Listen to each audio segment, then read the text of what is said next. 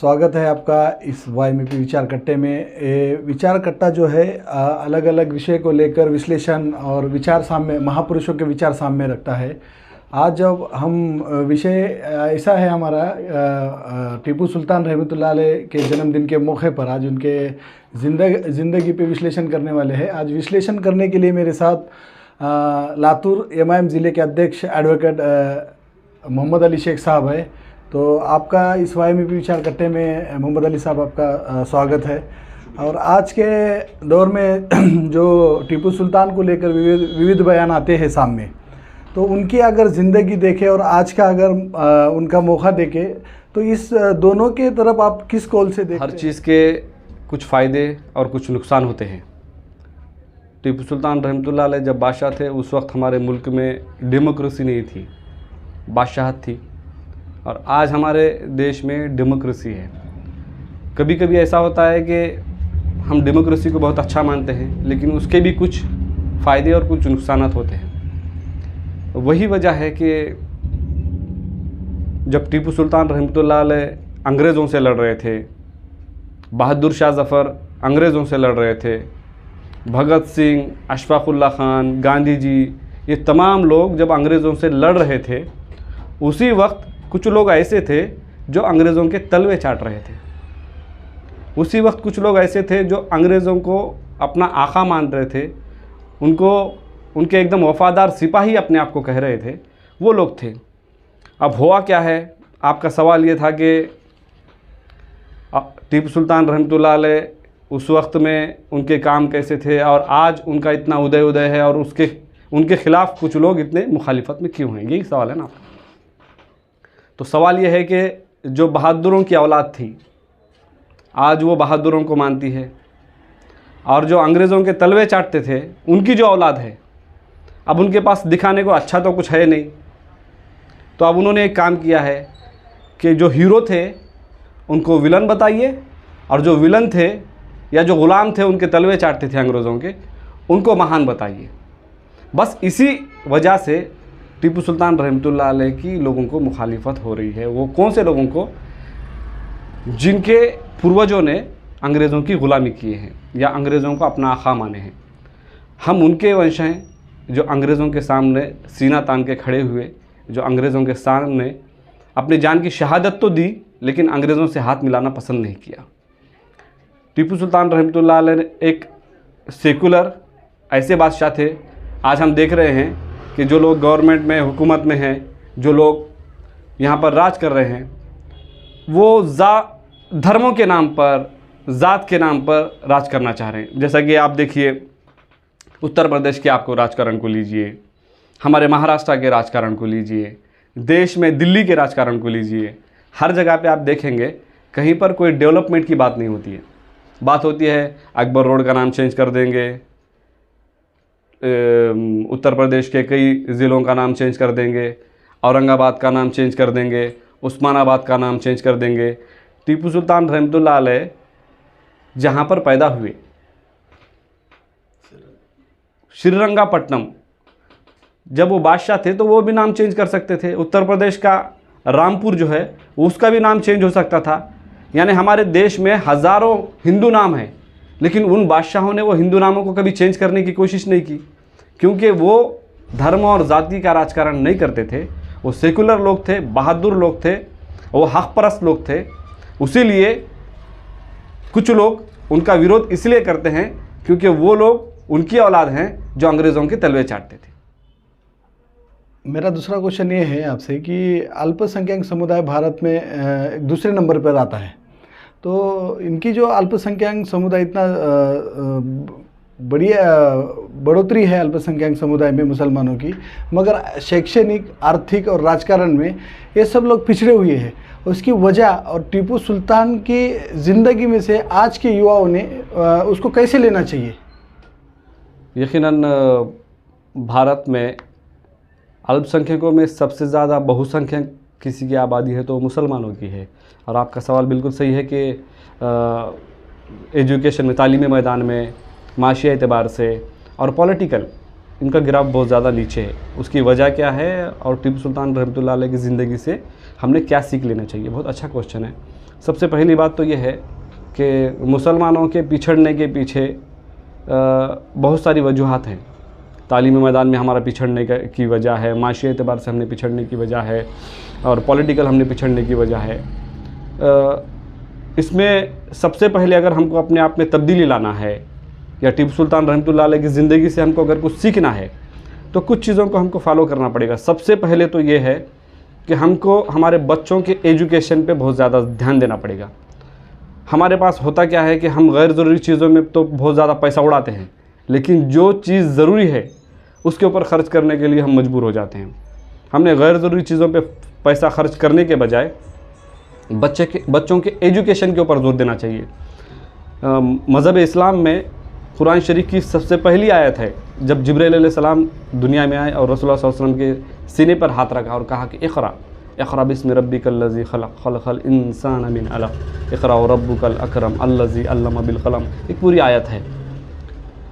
तो इस आयत का मफ़हूम यह है कि सबसे पहली जो आयत आई कुरान शरीफ की वो ये है कि पढ़ो उस रब के नाम पर जिसने तुम्हें पैदा किया।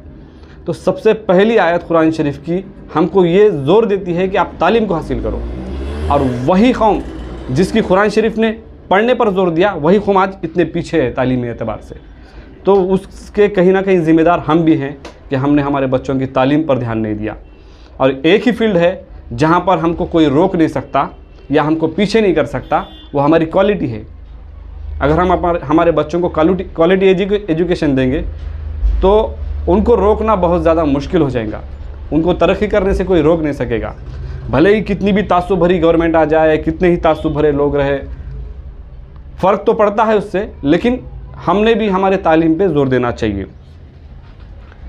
तालीम, दूसरा माशी एतबार से हमको सुधरने के लिए कारोबार करना चाहिए।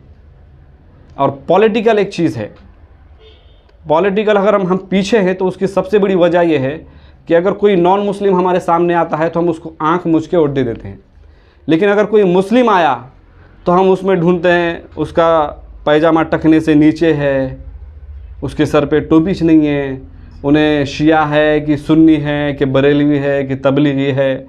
यानी हमको मुस्लिम अगर कोई आया तो फरिश्ता चाहिए, और गैर कितना भी गंदा आया, उसके शराब के अड्डे हों, उसका ब्यास का कारोबार हो, सारे हरामकारियों का उसके पास अड्डा हो, सिर्फ उसके पास पैसा भी है तो उसको हम आँख मूंझ के वोट दे देते हैं। तो इन तमाम चीज़ों के ज़िम्मेदार हम खुद हैं, और हम खुद जब तब्दील नहीं होंगे तो हमारे हालात तब्दील होने वाले नहीं हैं। तो मुसलमानों को अगर अपने हालात को बदलना है, इस देश के अल्पसंख्यकों को अगर अपने हालात बदलना है, तो उसमें गवर्नमेंट का भी बहुत बड़ा हिस्सा है कि इस अल्पसंख्यक मुस्लिम समाज को वो मेन स्ट्रीम में लाने के लिए कोई योजनाएं नहीं बनाते हैं। इनकी नीयत ही नहीं है हमारे हालात सुधारने के लिए कोई योजनाएं बनाए, गवर्नमेंट की नीयत नहीं है। अगर कोई हिंदूवादी संगठन या मजहबी संगठन अगर इस चीज़ का विरोध करते तो हम मान लेते थे, लेकिन गवर्नमेंट की ही नीयत नहीं है। अब देखिए महाराष्ट्र में मुस्लिम रिजर्वेशन और मराठा रिजर्वेशन की बात कही गई थी, जब वो मामला कोर्ट में गया तो कोर्ट ने मुसलमानों के रिजर्वेशन को वैसे ही रखा कि मुसलमानों को रिजर्वेशन दे सकते हैं क्योंकि इनका एम्पेरिकल डेटा है, इनमें मुसलमानों में तालीमी, माशी और पॉलिटिकल बहुत ज़्यादा पिछड़ापन है। कोर्ट ने बोला कि इनको रिजर्वेशन आप दे सकते, और कोर्ट ने मराठा आरक्षण को डिनाई करा देने से कि इनको नहीं दे सकते। अब ताज्जुब की बात यह है कि कोर्ट ने जिसको बोला दो, उसको रिजर्वेशन देने के ताल्लुक से किसी के कान पे जू नहीं रेंगती, कोई इसके बारे में सोचता भी नहीं, बात भी नहीं करता। लेकिन जिसको डिनाई किया उसके लिए मीटिंग पे मीटिंग होते हैं। हम मराठा समाज के आरक्षण के मोर्चों में मुसलमान हर जगह पर साथ था, हम साथ हैं, लेकिन सवाल ये पैदा होता है कि मुसलमानों की इतनी ज़्यादा तालीमी, माशी और पॉलिटिकल हालत बिगड़ी हुई है, उनको जब कोर्ट भी बोल रहा है रिजर्वेशन दो, तो गवर्नमेंट की नीयत नहीं है हमको रिजर्वेशन देने की।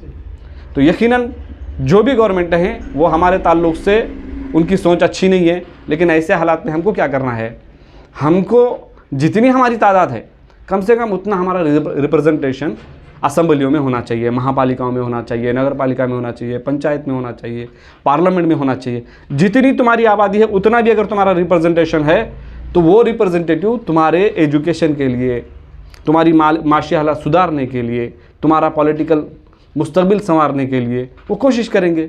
सबसे बड़ा मुसलमानों के पिछड़ने के पीछे का राज खुद मुसलमान है। मुसलमान अपने लोगों को चुन के देता नहीं है। अगर मुसलमानों को टीपू सुल्तान रहमतुल्लाह अलैह की ज़िंदगी से अगर कुछ सीखना है तो सबसे पहले ये सीखना है कि टीपू सुल्तान रहमतुल्लाह अलैह बहादुर थे, बहादुर थे। वो हक से कभी मुंह नहीं मोड़े। उन्होंने अंग्रेज़ों के सामने, इतनी बड़ी फ़ौज के सामने शहीद होना पसंद किया, लेकिन अंग्रेज़ों के साथ हाथ मिलाना पसंद नहीं किया। आज मुसलमान किसी से भी हाथ मिला ले रहा, ये बोल रहा कि मजबूरी है, हालात वैसे नहीं है। तो हालात के सामने ढेर हो जाना ये मुसलमान के लिए जेब नहीं देता मुसलमान को। तो टीपू सुल्तान रहमतुल्लाह अलैह की ज़िंदगी से हमको अगर कुछ सीखना है तो सबसे पहले बहादुरी सीखना है। दूसरा, मज़हब इस्लाम ने जिस चीज़ पर जोर दिया उस चीज़ पर हमको अमल करना है। बच्चों को एजुकेशन अच्छा देना है। इन तमाम चीज़ों को अगर हम फॉलो करते हैं तो इंशाअल्लाह ताला वो दिन दूर नहीं। अब देखिए हमारे महाराष्ट्र का बजट क्या है, महाराष्ट्र का बजट क्या है, अल्पसंख्यकों का बजट क्या है महाराष्ट्र का। और वही अगर आप देखेंगे तेलंगाना का 2200 करोड़ बजट अब का है, और अब वहाँ की गवर्नमेंट 5000 का बजट बनाने के लिए ऐलान कर रही है। वो क्यों? हाथ पर गिनने के इतने हैं, लेकिन वहाँ पर एक मुसलमानों की पॉलिटिकल पार्टी वजूद में आई हुई है। कहीं पर किसी का कत्ल होता है, वहाँ की गवर्नमेंट देखिए एक्स ग्रेशिया कितना, 5 लाख, मुसलमान रहा तो 5 लाख। मैं जातिवाद की बात नहीं कर रहा हूँ, लेकिन फ़र्क बता रहा हूँ। राजस्थान में, मध्य प्रदेश में जहाँ जहाँ कत्लेआम हुआ, जिस किसी का कत्लेआम हुआ उसको गवर्नमेंट ने 5 लाख का ऐलान करी। लेकिन वही तेलंगाना को आप देखिए, हालांकि वो कत्ल जिसका हुआ वो तेलंगाना का नहीं था, कत्ल तेलंगाना का आदमी का हुआ, लेकिन कत्ल तेलंगाना में नहीं हुआ था। लेकिन उसको कितना एक्स ग्रेशिया, उसकी बीवी को नौकरी, उनके बच्चों के एजुकेशन का पूरा फ्री ऑफ कॉस्ट। तो ये सिर्फ और सिर्फ मुसलमानों की रिप्रेजेंटेशन की वजह से है। मैं यहाँ पे पार्टी का प्रचार नहीं कर रहा हूँ, मैं ये बोल रहा हूँ कि मुसलमानों ने अपने नुमाइंदों को, ऐसे नुमाइंदों को पार्लियामेंट में, असेंबली में, महापालिकाओं में भेजना चाहिए जो उनके लिए बेबाक तरीके से गरज सकते हैं। तो अगर मुसलमानों ने इन चीज़ों पर अमल किया तो वो दिन दूर नहीं कि हमको किसी के सामने रोने की ज़रूरत नहीं पड़ेगी। आप अगर देखेंगे कि सिर्फ हम अगर माशी एतबार से, गुजरात में करोड़पति मुसलमान था, लेकिन रात का करोड़पति मुसलमान सुबह का रास्ते पे घूमता हुआ भिखारी नज़र आया। वो क्यों? पैसा तो था लेकिन पॉलिटिकल पावर नहीं थी, पॉलिटिकल पावर नहीं थी। जहाँ जहाँ पर मुसलमानों के अच्छे अच्छे कारोबार, माशी एतबार से मजबूत होना ज़रूरी नहीं है, बल्कि हमको पॉलिटिकल भी मजबूत होना ज़रूरी है। क्योंकि हमारे बर्बादी और हमारे तरक्की के फ़ैसले जो हैं वो पार्लियामेंट में, असेंबली में होते हैं। तो वहाँ पर हमारे member of parliament, member of assembly, महापालिकाओं में हमारे मेंबर होना चाहिए। तो मुसलमानों ने सबसे पहले अपने बच्चों के तालीम पर जोर देना चाहिए। दूसरा, माशी हालत को सुधारने के लिए तिजारत करना चाहिए जो सुन्नत है।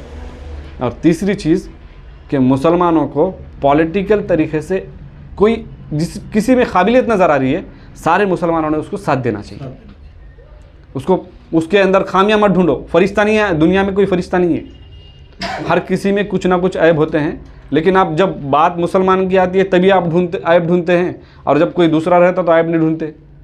तो ये सारी जो चीज़ें हैं ये हम पर ही डिपेंड है। अगर हमने तय किया कि जो काबिल है, जो हमारे मसाइल को उठा सकता है। और एक मेरी रिक्वेस्ट है कि पॉलिटिक्स में वही लोग आ जाएं जो तालीम याफ्ता हैं, या कुछ ऐसे भी लोग रहते हैं, कुछ कम परसेंटेज जो तालीम याफ्ता नहीं रहते लेकिन बहुत ज़्यादा होशियार रहते हैं, उनको भी आना चाहिए। लेकिन कोशिश ये होना चाहिए कि तालीम याफ्ता लोग हो, क्योंकि जो रहबर हो अगर वो अंधा रहेगा तो हमको खड़े में ले डालेगा। तो रहबर जो है वो अच्छा काबिल हो, तालीम याफ्ता हो, दयानतदार हो, ईमानदार हो। इस तरीके से अगर हम मुसलमानों में अगर किसी को आगे बढ़ाते हैं तो इंशाअल्लाह ताला मुसलमानों के तमाम मसले हल हो सकते हैं। रिज़र्वेशन अगर कहीं से मिलता है तो पार्लियामेंट में उसके लिए आवाज़ उठानी पड़ती है, असेंबली में उसके लिए आवाज़ उठाना पड़ती है। हम रास्ते पर तो मोर्चे निकाल रहे हैं, लेकिन वहाँ पर हमारा कोई नहीं है। वो मोर्चे 4 दिन में ख़त्म हो जाते हैं, वहाँ पर हमारी बात पहुँचती नहीं है।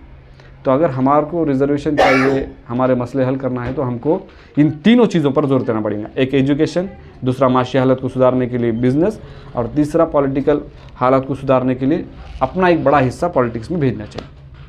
शुक्रिया। आप यहाँ पर YMP विचारकट्टा में अपने विचार को यहाँ पर रखा और बहुत ही खूबसूरत अंदाज में आपने अपने विचारों को रखा।